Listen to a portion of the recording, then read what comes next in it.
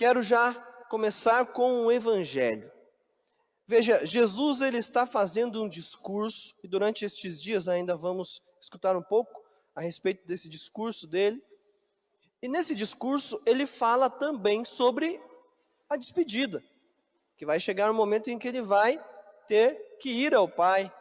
Nós vamos celebrar isso, inclusive, na semana que vem, na ascensão do Senhor. E aí, os discípulos ficam tristes. Jesus percebe a tristeza no coração deles. A tristeza de se afastar do Mestre demonstra o amor que eles têm por Ele.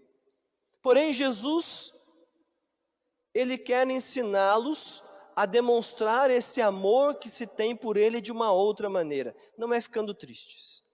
Jesus provoca-os a ter uma outra reação.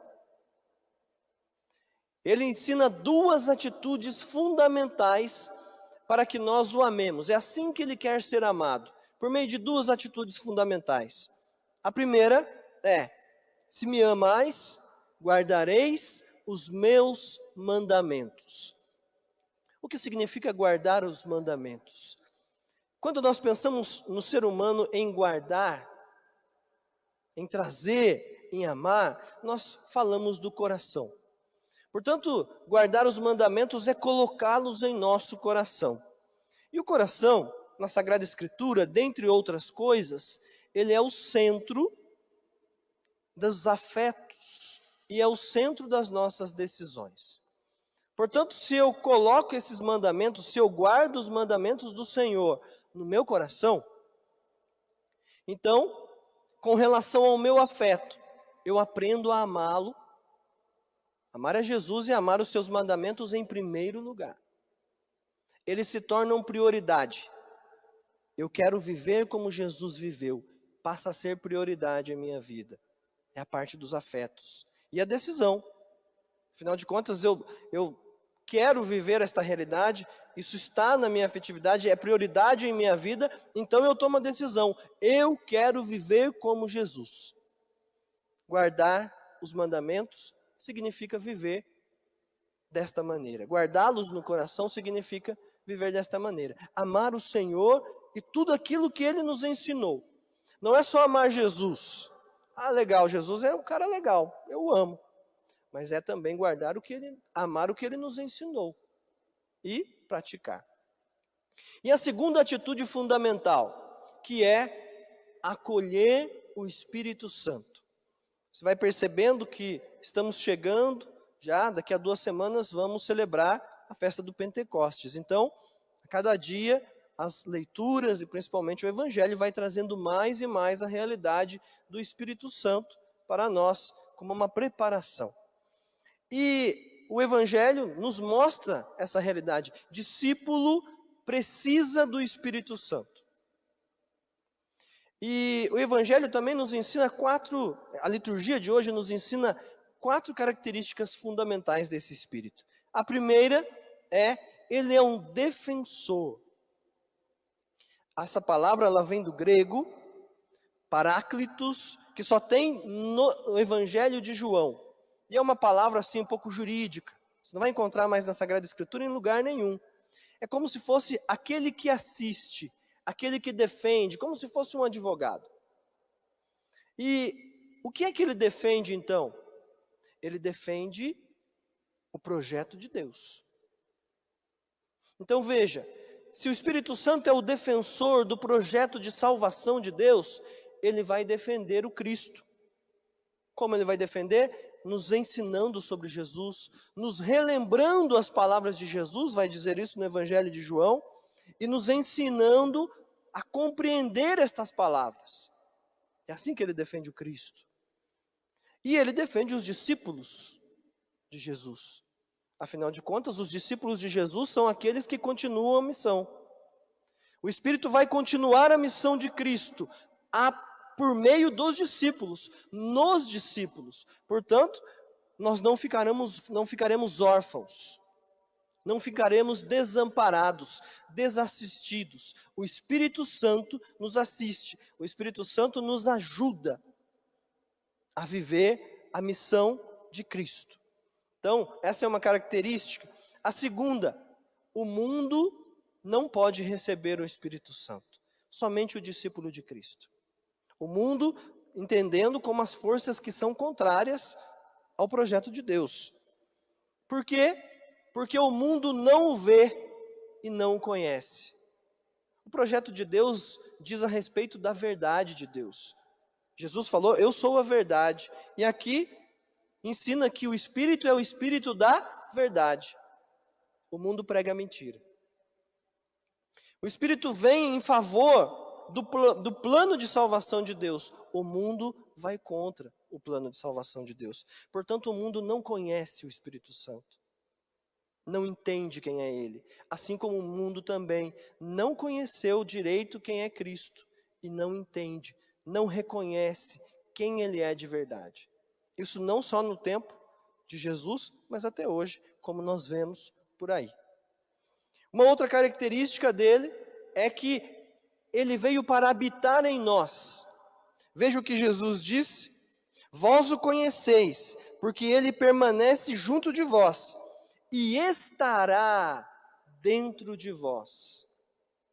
Pentecostes, aquilo que vamos celebrar daqui a 2 semanas. E nós temos o Espírito Santo, nós como discípulos do Senhor, o temos em nós com o nosso batismo. E aqui é importante, porque se em nós habita o Espírito Santo, significa que em nós existe um espaço de interioridade. Um espaço onde nós devemos cultivar a intimidade com Deus. É nesse espaço no nosso interior que nós vamos cultivando esta intimidade com Deus por meio do Espírito Santo. Que nós vamos escutando a inspiração do Espírito, as orientações dele. Ou como diz o Evangelho de João, né? O Evangelho diz que ele nos dará as palavras certas. Então nós precisamos escutar esse Espírito nesse espaço de interioridade. Ele vai nos ensinar a guardar os mandamentos de Cristo, a amar os mandamentos de Cristo, aonde nós estamos, nas realidades onde nós estamos vivendo. Portanto, é preciso ter essa interioridade, cultivar essa intimidade com o Espírito Santo. E a última característica importante é que é Ele que nos dá a vida nova. É Ele que nos permite viver a vida nova. É por meio dele que nós conseguimos ter essa vivência. Veja que interessante, na leitura, na primeira leitura, os apóstolos, Filipe foi pregar na Samaria. Ele pregou o Evangelho, muitos se converteram, muitos foram curados, muitos foram libertados, né? Os possessos foram libertados. Mas veja que a obra não terminou aí. Foi preciso que Pedro e João fossem até a Samaria, impusessem as mãos sobre aquelas pessoas e elas recebessem o Espírito Santo. Porque é o Espírito que nos ajuda a viver a vida nova. Então não basta ir atrás de Deus para conseguir só uma cura, só um milagre, só uma libertação, não. Nós temos que deixar que o Espírito Santo haja em nós.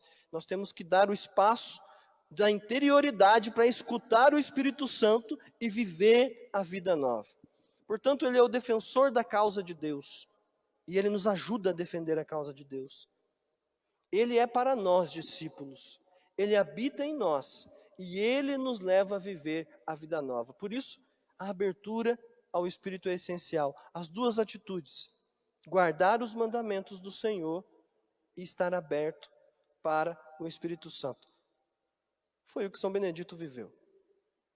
Se você conhece a história de São Benedito, se você ler a história dele, foi justamente o que ele fez. Aonde ele esteve, ele revolucionou o lugar. Por quê?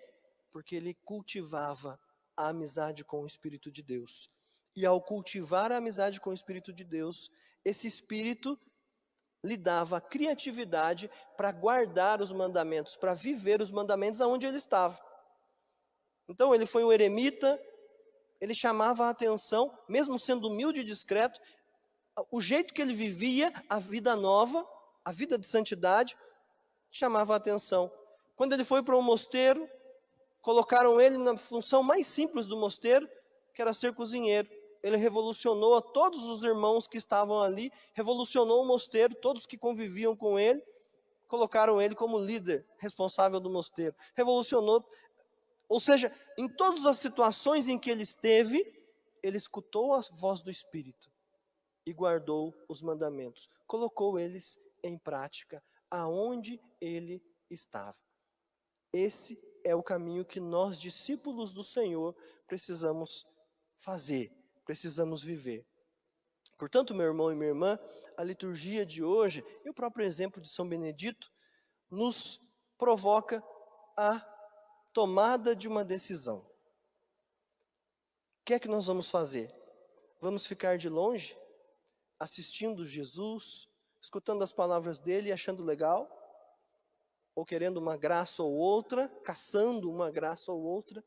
Ou vamos tomar a decisão verdadeira de guardar os seus mandamentos e de viver a vida no Espírito, cultivando essa intimidade com o Espírito Santo? Cabe a cada um de nós responder a esta questão, não com palavras, mas com a nossa vida.